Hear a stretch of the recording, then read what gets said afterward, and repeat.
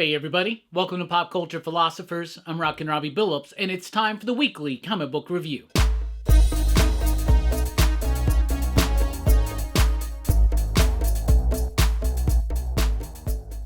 That's right everybody, thanks for checking out the video. I am Rockin Robbie Billups. This is the weekly comic book review. It's the show where I read a lot of comic books and I let you know what I thought about them, but first, yes, comics were delayed this week again. Because of the winter weather we had in the area last week, it set all the shipments back, and we just got partial shipment today. So I've gotten my Lunar stuff, I've gotten my Penguin Random House stuff, but we have not received our Diamond boxes, and we have no idea when they're going to come. So today I can talk about Image, I can talk about DC, I can talk about Marvel, and I can talk about a couple other little stragglers there, but some books I was unable to cover for this weekly comic book review.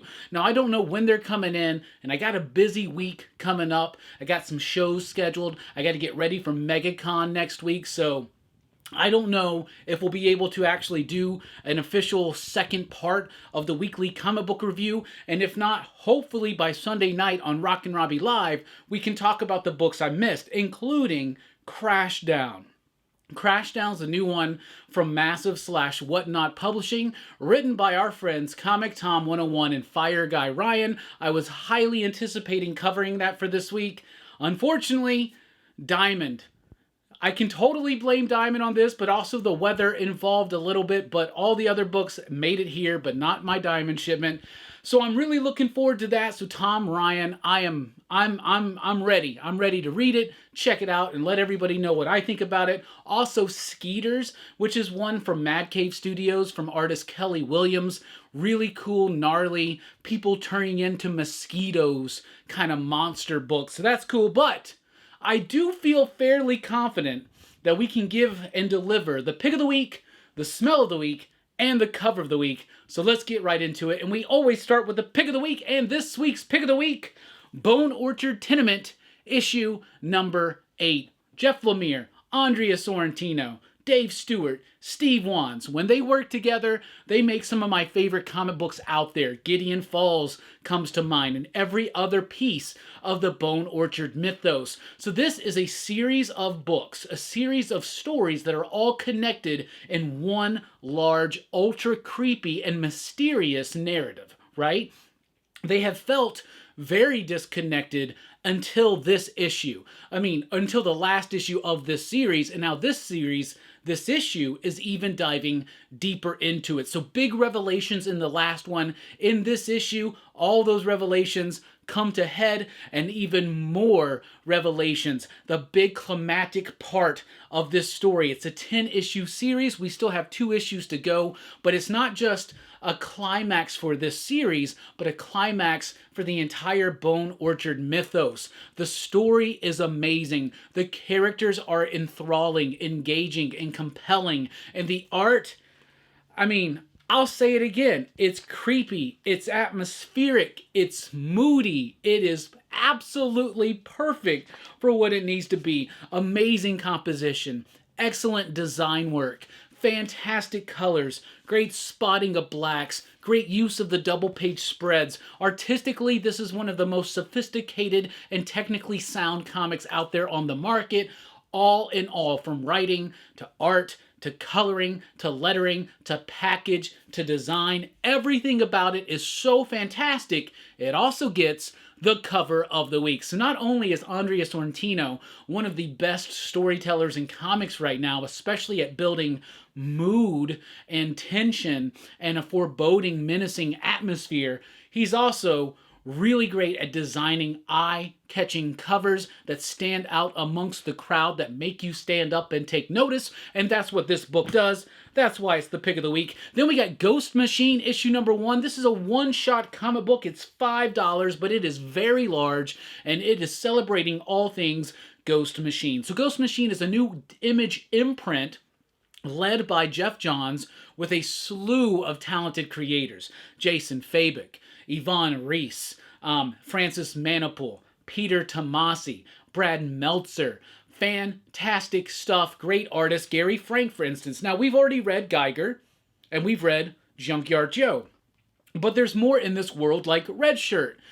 with artwork by Brian Hitch. You get a red shirt story, or my bad, a red coat. Red shirt's a Star Trek protagonist, and not a person in the Ghost Machine world. Anyway, you get Red Coat here by Brian Hitch. You get his origin, his understanding. You get the Rook, which is a new concept from Jeff Johns and Jason Fabok. You get a little bit of a tease to the next Geiger story that's on the horizon. You get teases into the new Hyde Street series, which is going to be all horror-based with Yvonne Reese on the artwork. You get teases into some of their family-centric books, including work like the Family Odysseys from Francis Manipool. You know, I know a lot of us look at these kind of books and they're like, all this is trying to do is sell me on a whole bunch of more books. And yeah, that's what it's doing. But unlike a lot of those other books, this one actually excels at doing that. It gets me so hyped for all of these books together.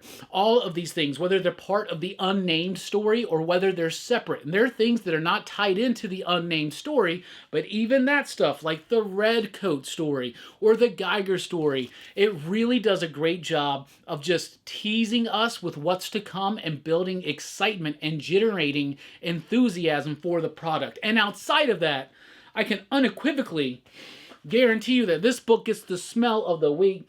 Oh my goodness, it smells like thick, woodsy, beautiful, serene paper. That's what it smells like. That's what comic books smell like. That was really cool. Don't miss out on that. Then we got Universal Monsters Dracula issue number 4. This is the final issue of the adaptation of the original Todd Browning, Bela Lugosi starring Dracula movie from 1931.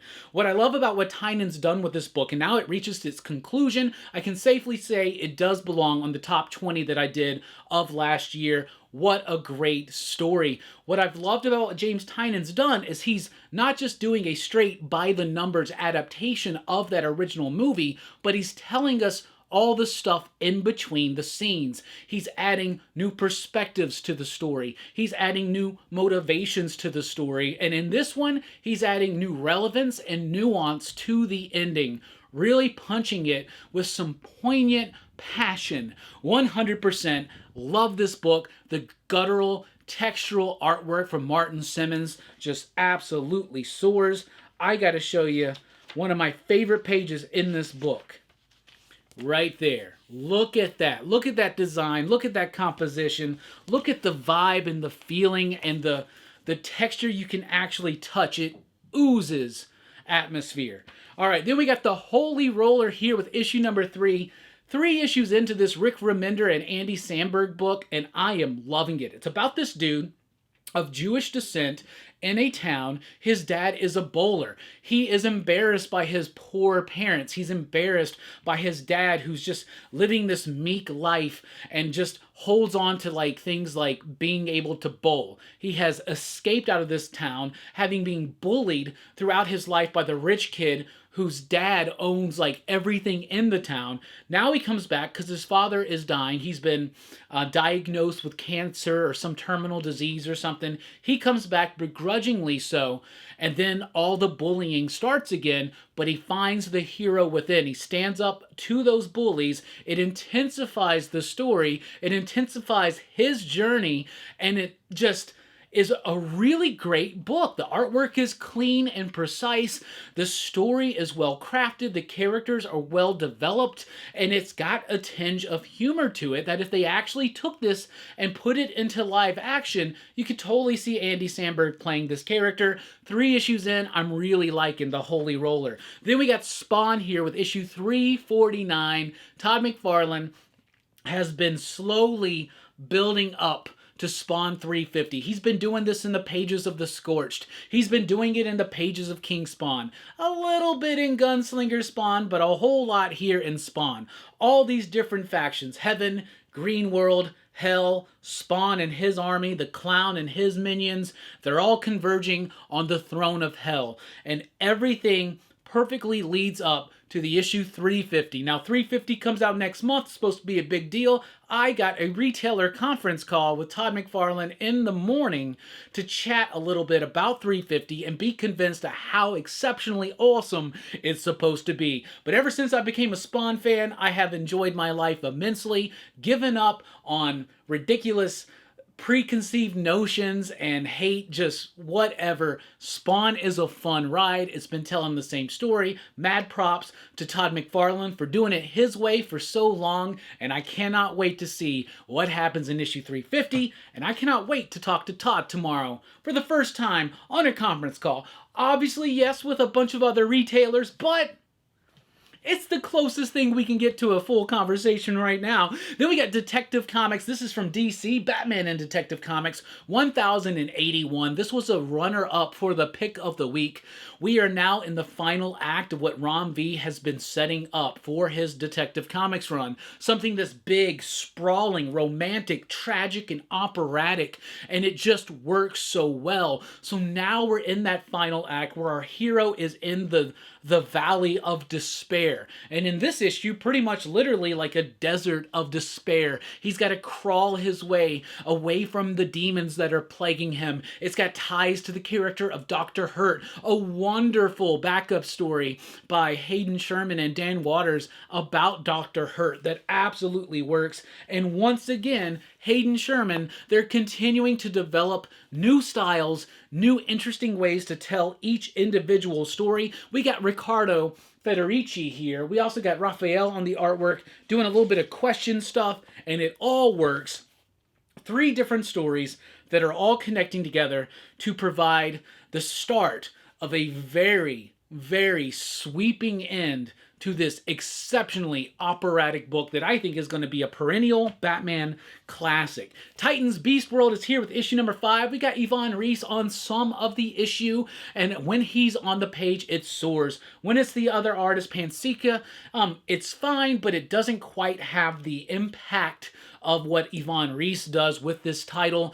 Yvonne makes this book feel epic, makes it feel large in scope and scale, and it makes it feel ultra important to the overall story of the DCU. Now, it is overall story because this is setting up Amanda Waller to be one of the most serious threats for the overall DC universe in a long time. We also get the revelation of who Dr. Hate is here, and at first I'm like, Tom Taylor, you told us in the retailer conference that it was going to be a big deal, and I guess it's kind of a big deal, but I'm not so plugged into Titans, but it is definitely more plugged into people who are fans of Titans. But I'll tell you what, I like the reveal. I'm excited to see what happens. So far, Titans Beast World has been a little of this, a little of that, and altogether a pretty okay crossover.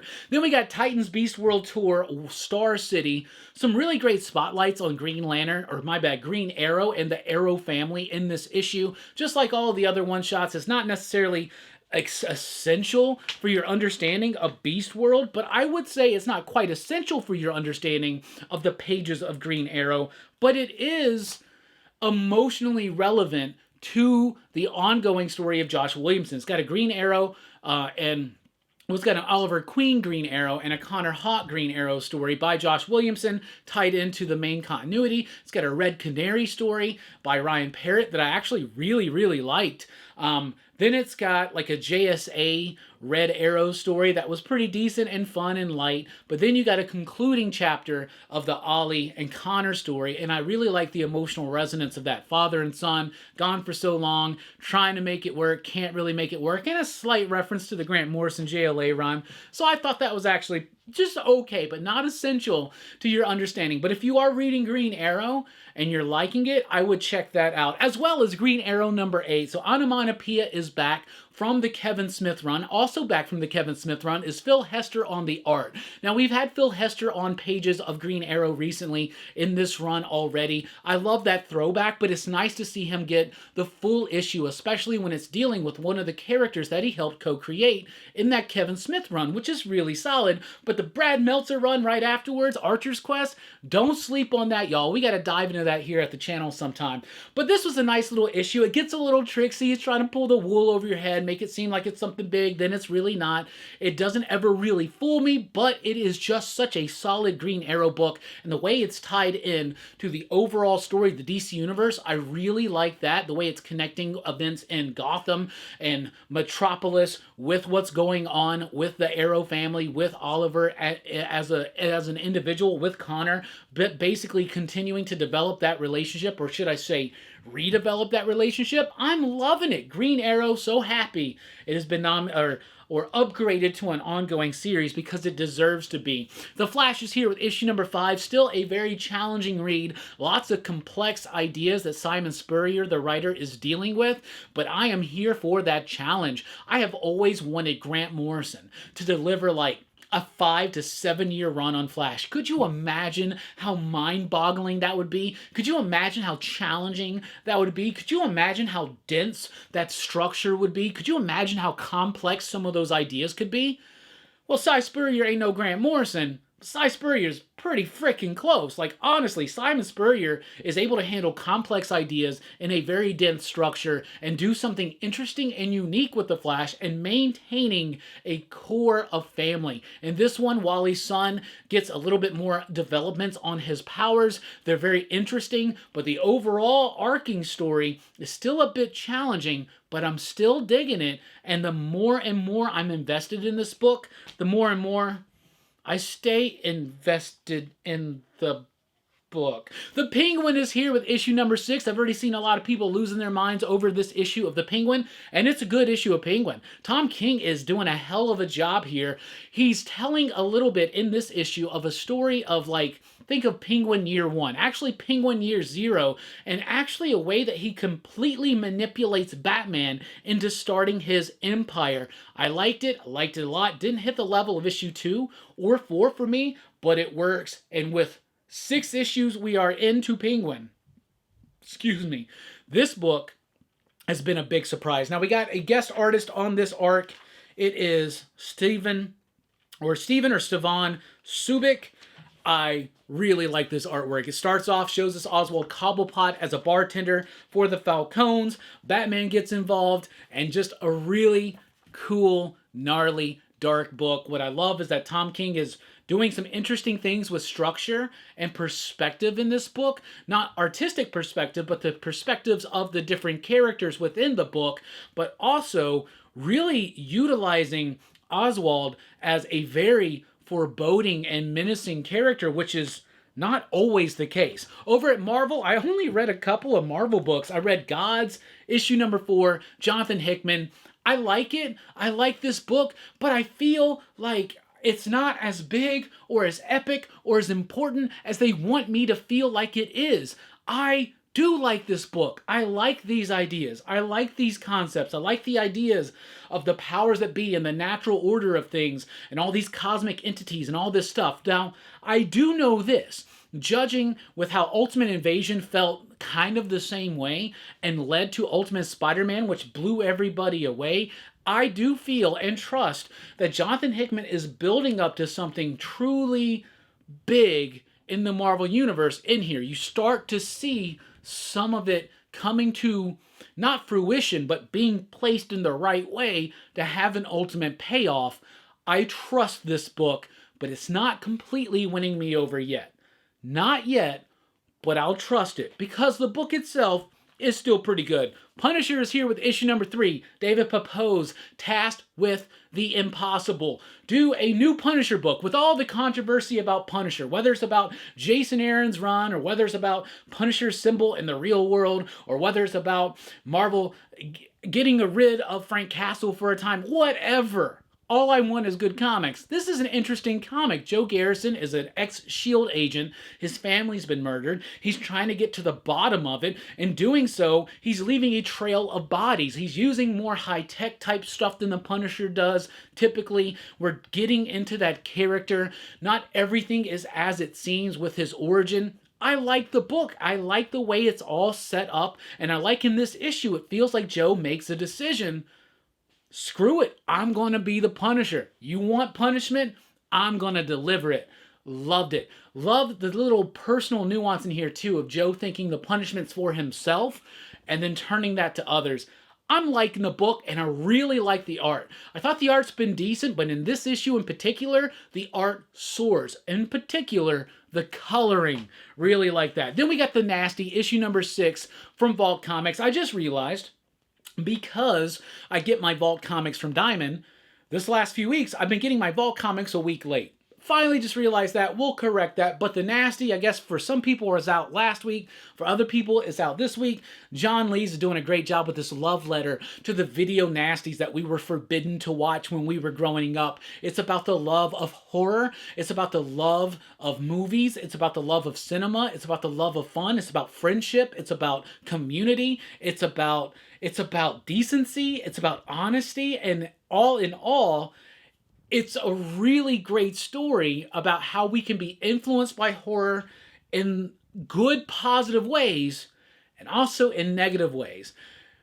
Horror and any kind of sleazy fiction that we all love. And I don't have guilty pleasures. I just love all of it. Maniac. Every time I watch Maniac.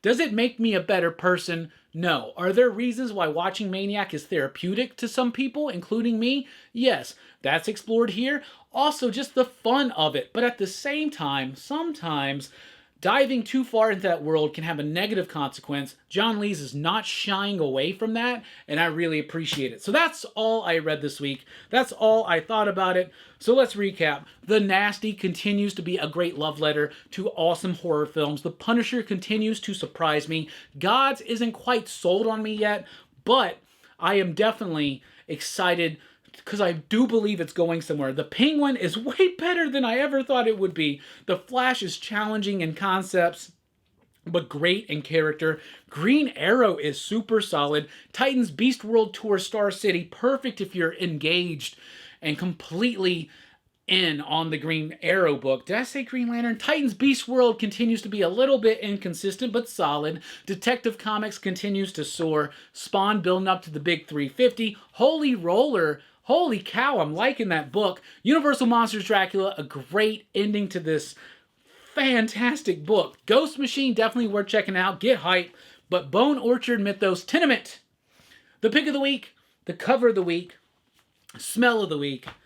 But I did not read Crashdown from our buddies Tom and Ryan. Tom, Ryan, good luck with everything. We ordered tons at our shop. We're just waiting on them to show up. Hopefully they'll show up tomorrow. Anyway, that's what I read. That's what I thought. That's what I dug. What are you reading? What are you thinking? What are you digging? Let us know in the comments down below. Thank you so much for checking out this video. Be sure to like, share, and subscribe. And join us over at patreon.com/PCP if you want to help support the channel. I've been Rockin Robbie Billups. Catch you at MegaCon next week. Station. Keep on reading. Pop, pop. Boom!